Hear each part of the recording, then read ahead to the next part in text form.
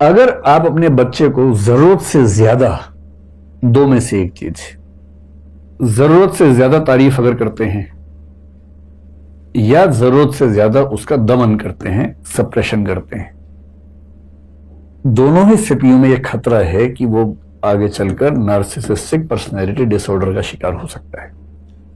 कैसे? कुछ पेरेंट्स बहुत तारीफ करते हैं, अरे बेटा तेरे अंदर जो बात है ना बेटा, अरे बेटा तू दुनिया से अलग है बेटा। अब वो बेटा गया किस दिन किसी को पीट के आ गया, क्योंकि बाप ने कहा था बहुत साहसी हो, साहस कहीं तो दिखाएगा ना बच्चा। अब जिस दिन बच्चा किसी को दूसरे बच्चे को पीट के आ गया, देखने की बात है कि उस दिन माँ बाप ने क्या कहा। कुछ माँ बाप कहेंगे ये क्या बात हुई भाई, अजीब हालत है, चलो चल के सॉरी बोलो उसको। एक ये तेवर होता है जो कि ठीक भी है। एक होता है कि चलो कोई बात नहीं यार ठीक है, हो जाता है, इसका मतलब पीटा हो कभी कभी हम कुछ नहीं बोलेंगे। तीसरा क्या होता है, उसने कितने मारे, पापा 2, तूने 8, क्या बात है यार मेरा बेटा मजाक है। अरे अब कितने साल के हो बेटा, 8 साल के, बेटा 12 का हो जा तमंचा दिलवा दूंगा। 12 में तमंचा, 16 में चेन गन बेटा, फिर सबको मारना आराम से, जो भी ठीक ड्रेस व्रेस में ना उसको मार देना, है ना, खराब चीजों को देखना अच्छा नहीं होता, मार ही देना उसको। अब इस परिवार में जो बच्चा है जिसको संस्कार ये मिल रहे हैं पेरेंट्स से, क्या वो ठीक इंसान बन पाएगा? कभी नहीं बन पाएगा। फिर वो अपने बाप को देखता है, उसके बाप का व्यवहार उसकी मां के साथ ऐसा है जैसे मालिक और दास का संबंध हो। उस महिला को इतनी हिम्मत नहीं कि परिवार के मसलों में एक सेंटेंस भी बोल सके। तो वो क्या सीख रहा है कि सारी शक्ति मेरे पास होनी चाहिए,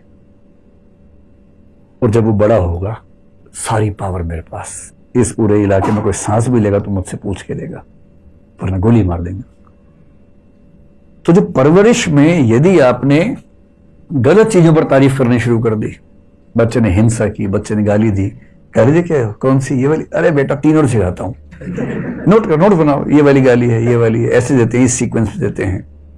अगर आप इस लेवल पर बच्चों को ट्रीट कर रहे हैं तो सीधी सी बात है कि बच्चे आगे चलकर आपसे आगे ही निकलेंगे। हर बाप चाहता है कि बच्चा आगे निकले, तो बच्चा आगे निकल जाता है इस मामले में भी आगे निकलता है। दूसरा तरीका क्या है, अननेसेसरी रिप्रेशन या सप्रेशन अगर बच्चे का होता है, बच्चा कुछ भी करे, हाँ बेटा एग्जाम ठीक रहा, हाँ मम्मी ठीक रहा, कितने नंबर है पापा, 99% है, एक कहां गया, इसके लिए भेजा था स्कूल तुझे कि 100 में छोड़ के आ जाओ, और इसी पे 2 झापड़ मार दिए, आज खाना नहीं मिलेगा। अगली बार पापा 99.5% है, अच्छा क्लास में रैंक कौन सा है, 2nd, कितने बच्चों में, 100 में, ये कौन है, ना बेटा ना, तू जिस खानदान का है ना उसमें 2nd रैंक आज तक किसी का नहीं आया। कहना चाह रही कि 2nd भी आज तक किसी का नहीं आया, पर कहते हैं कि पर भाव तेवर ये रहता है कि 2nd आज तक किसी का नहीं आया बेटा, 1st ही चाहिए बेटा, नाम डुबा दिया तूने हमारा। इतना दबाओ, कोई अंकल आंटी है, चलो बेटा पोएम सुनाओ, आओ पोएम सुनाओ, उससे बच्चे के मन में भाव होता है कि आग लगा दूं दुनिया में मैं, यार मैं रेडियो हूं, जब सब लोग आए आओ पोएम सुनाओ, मछली जल की रानी है, ये कोई बात हुई। ये होता है बच्चों को एकदम साधन समझना, वस्तु समझना, ऑब्जेक्टिफाई करना। और ये बच्चा डरा हुआ है आपसे, इसलिए जी पापा जी मम्मी बोलता है, पर उसके मन में क्या था आपको अंदाजा नहीं है।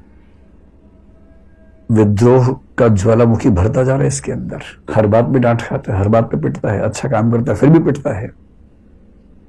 और इस बच्चे को लेकर रिस्क है कि या तो कभी ये खुद को खत्म कर देगा, नहीं झेल पाएगा, और अगर झेल गया और सफल हो गया जिंदगी में तो इस रास्ते पर चला जाएगा, भीखू मात्र बन जाएगा फिर ये कि पूरा बंबई मेरा है। इसलिए अगर आपके आसपास कोई ऐसा दृश्य दिखे जहां बच्चों की गलत हरकतों को महिमामंडित किया जा रहा हो, ग्लोरीफाई किया जा रहा हो, खतरनाक है। बच्चों को बड़ों से, दूसरे लोगों से तमीज से बात करना सिखाया जाए, ये बहुत जरूरी है। झुकना सिखाया जाए दूसरों के सामने, अपनी गलतियों पर शर्मिंदा होना सिखाया जाए, सॉरी बोलना सिखाया जाए, शेयर करना सिखाया जाए, और सबसे बड़ी बात फेलियर को आसानी से डाइजेस्ट करना सिखाया जाए।